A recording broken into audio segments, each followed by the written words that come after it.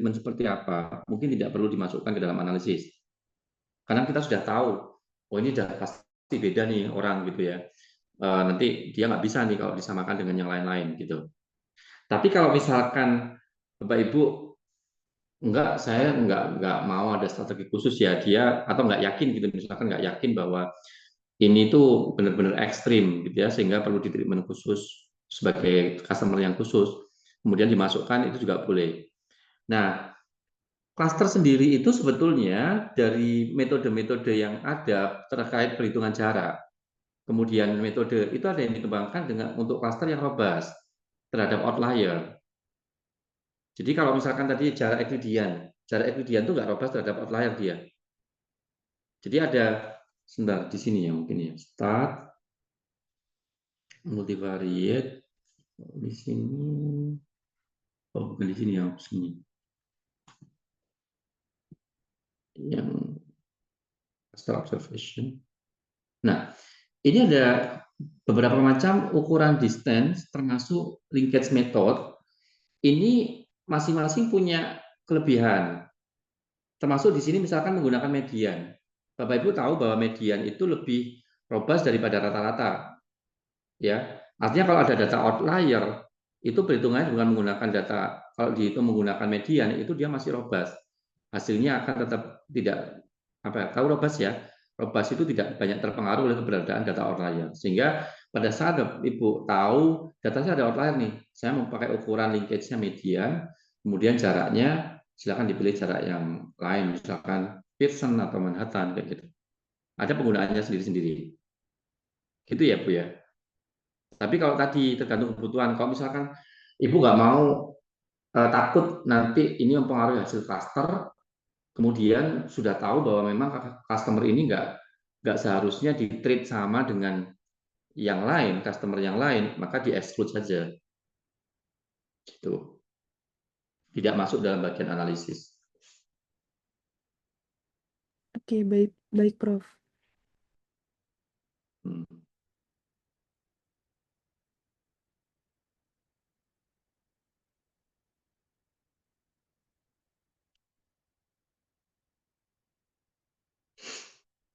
Sudah? Nah, sekarang kita coba yang hierarki ya. Hierarki ini penting kalau misalkan kita tadi nggak yakin jumlah klasternya berapa ya sebetulnya yang optimum gitu. Atau sebaiknya saya me, me, apa namanya membangun klasternya ini milihnya berapa sih gitu. Maka bisa menggunakan hierarki. Kalau di SPSS tadi jelas ya ada classify kemudian hierarchical cluster. Tapi kalau di sini ini multivariate, kemudian cluster observation. Nah, tinggal dimasukkan saja.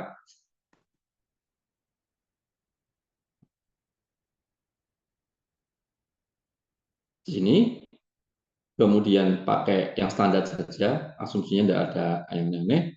Datanya perlu distandarisasi. Kemudian ini 3 mungkin gitu ya. Nah, ini dendrogram. Ini adalah cirinya. Hierarchical cluster itu ada dendrogramnya.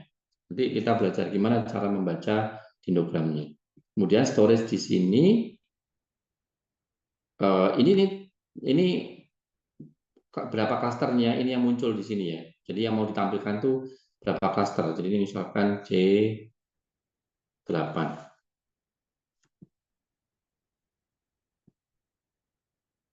Ya, sama ya.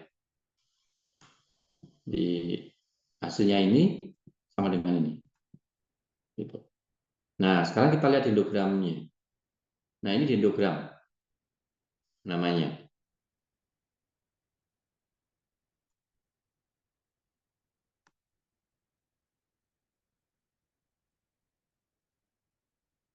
Kita nggak usah menginterpretasikan ini hanya prosesnya saja, tapi ini hasil akhirnya seperti ini. Kebayang nggak membacanya, Bapak Ibu? Jadi dendrogram ini yang di SPSS sudah keluar juga ya. Jadi dendrogram ini memberikan informasi kepada kita terkait dengan pilihan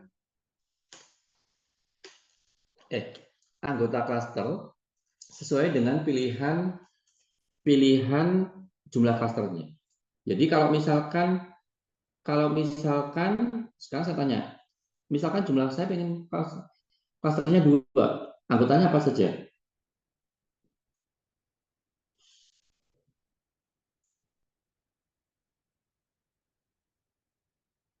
Kalian tahu?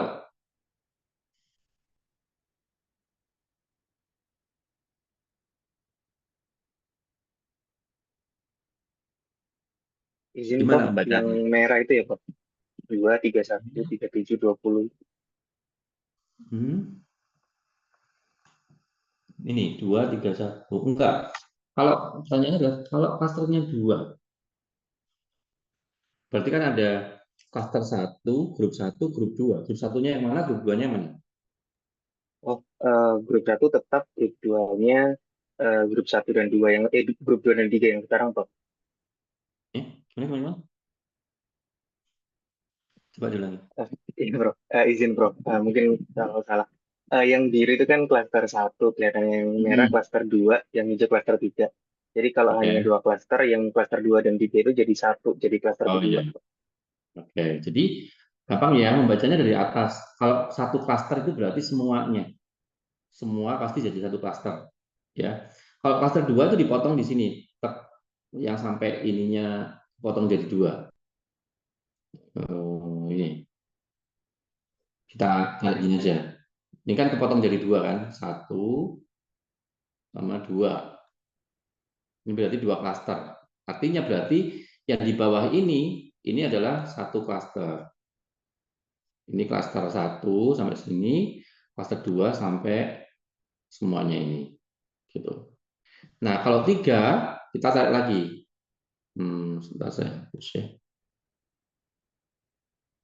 Kalau 3 ya kita sama, kita tarik garis lagi yang dia bisa memotong 3 garis. Berarti di sini slide gitu ya. Berarti ada 1 di sini, kemudian 2, 3 gitu. Nah, berarti klaster 1 tetap isinya adalah yang di bawahnya ini yang biru, yang klaster 2 yang di bawah ini berarti yang merah, klaster 3 adalah yang hijau. Itu ya. Jadi turun juga nanti kalau ditanya klaster 5 pembagiannya gimana, tinggal dibagi aja slide gitu, yang membagi menjadi 5 potong itu di mana ketemunya gitu. Ada pertanyaan sampai di sini? Izin bertanya Jadi Prof. ya silakan. Iya, Prof. Ini kan kelihatan logiknya untuk mengklasterisasi ya Prof. Nah, kalau dilihat kan klaster yang paling kecil ke bawah yang paling mirip lah. Itu kan kelihatannya 21 dan 34 itu uh, panahnya apa kotaknya yang Ya, paling sebentar. kecil ke bawah 21 dan Gimana tiga gimana puluh gimana? empat. Izin Prof. 21 Ya, dan itu 3. ada nomor 21 dan 34 itu kan kelihatannya yang paling kecil ya boxnya. Agak kirian dikit Prof. Yang biru di tengah-tengah. Ya, baik. Ini, Ya. Nah, eh, dasar logiknya 21 itu paling mirip ke 34. Di sisi lain agak mending ke 10 kah, atau ke 27 tadi, seperti apa Prof? iya, jadi itu ukuran jarak ya. Pakai agglomeration schedule ini. Jadi saya sengaja tidak menjelaskan ini sebetulnya. Jadi ada beberapa di sini. Dia menghitung misalkan satu gitu ya. Step satu dia dihitung dulu semuanya. Dia kemudian dihitung paling dekat similarity levelnya sama siapa, kemudian distansinya berapa. Oh ternyata 21 gitu. Nanti 21 step 2 pengamatan nomor 44. Digituin lagi gitu Pak. Sampai didapatkan hasil akhirnya itu yang tertera di sini bahwa oh ternyata mana nih? Tadi 21 sama 34 itu jaraknya paling dekat. Jadi ukuran jarak sih sebenarnya yang dipakai tetap gitu. Jadi ada namanya agglomeration schedule ini yang di atas. Ini adalah prosesnya sampai didapatkan itu. Nah, nanti kalau sudah ketemu ini, kemudian pertanyaannya, gimana saya mengetahui yang terbaik itu klasternya jumlahnya berapa? Bisa pakai elbow tadi. Ya, jadi dihitung variance-nya, kemudian nanti diplotting dengan jumlah klasternya itu. Nah, pada saat apa namanya elbow itu kan siku ya, jadi sikunya itu sudah tidak, maksudnya sudah kelihatan konvergen gitu, tidak tajam, berarti dia titiknya di situ yang optimum. Gitu. Atau sebenarnya ada ukuran-ukuran yang lain. Nanti kalau di software-software yang lain tuh bisa memunculkan misalkan F1 statistik kayak gitu-gitu ya. Itu bisa dipakai sebagai ukuran untuk mengetahui seberapa besar homogenitas dari klaster-klaster yang kita dapatkan.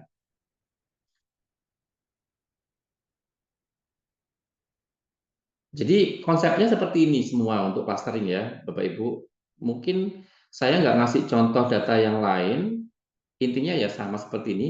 Nah, pertanyaannya adalah nanti kalau ada variabel ini kan dari tadi kita bekerjanya di sini ya. Variabelnya kan semuanya apa namanya continue ya. Jadi coming cluster sama hierarchy cluster itu adalah untuk kalau semua variabelnya continue. Nah, kalau variabelnya itu campuran, ini di sini ada multivariate, ada loh kok nggak di sini ternyata. Yang di SPSS ya ternyata ya. Analyze, bentar. Classify, oh ini di SPSS ternyata adanya. Jadi di SPSS itu ada two step cluster. Itu adalah cluster yang digunakan kalau misalkan kita punya variabelnya itu campuran, ada continue dan